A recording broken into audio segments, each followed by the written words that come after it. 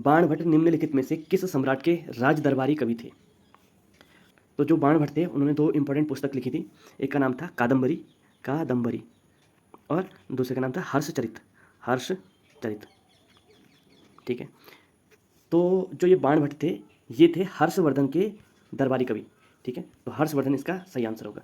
तो हर्षवर्धन के कार्यकाल की बात करें तो हर्षवर्धन के कार्यकाल में एक चीनी यात्री आए थे, उनका नाम था वेनसांग। ठीक है, वेनसांग। तो वेनसांग जो है हर्षवर्धन के कार्यकाल में आए थे। पंचायत चुनाव के लिए उम्मीदवारों की न्यूनतम आयु कितनी होनी चाहिए? तो देखिए, हमारे देश में चुनाव को लड़ने के लिए एज का क्राइटेरिया क्या है, इस बात को समझते हैं। तो देखिए, जो एमएलए है यानी कि विधायक हैं या फिर हमें लोकसभा का मेंबर बनना है तो उसके लिए मिनिमम एज है 25 ईयर्स।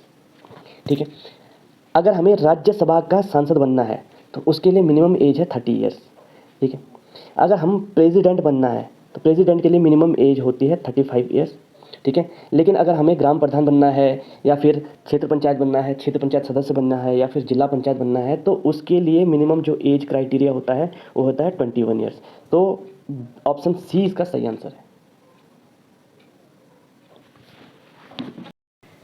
सती प्रथा पर प्रतिबंध किसने लगाया था?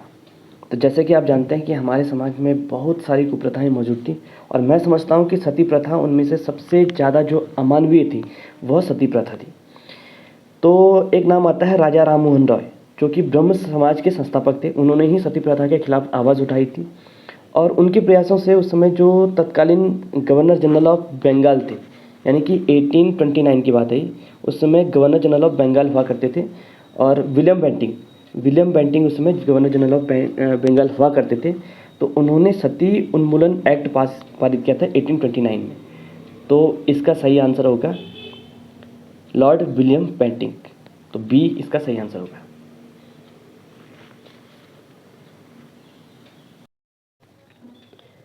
किसके शासनकाल में स्थायी बंदोबस्त यानी परमानेंट सेटलमेंट व्यवस्था लागू हुई थी?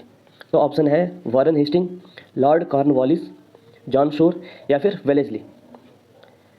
तो जो ये परमानेंट सेटलमेंट यानी कि स्थायी बंदोबस्त व्यवस्था है ये 1793 में लागू की गई थी।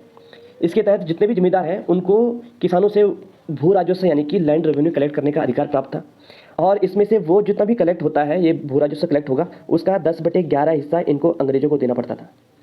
ठीक है, और जो बाकी बचा 1/11 हिस्सा ये जमींदार लोग खुद स्वयं के लिए रख सकते थे। ठीक है, तो इस प्रकार की जो व्यवस्था थी उसको बोला जाता है स्थायी बंदोबस्त यानी कि परमानेंट सेटलमेंट। तो इस नीति को लागू करने वाला था लॉर्ड कॉर्नवालिस। तो ऑप्शन नंबर 20 का सही आंसर होगा।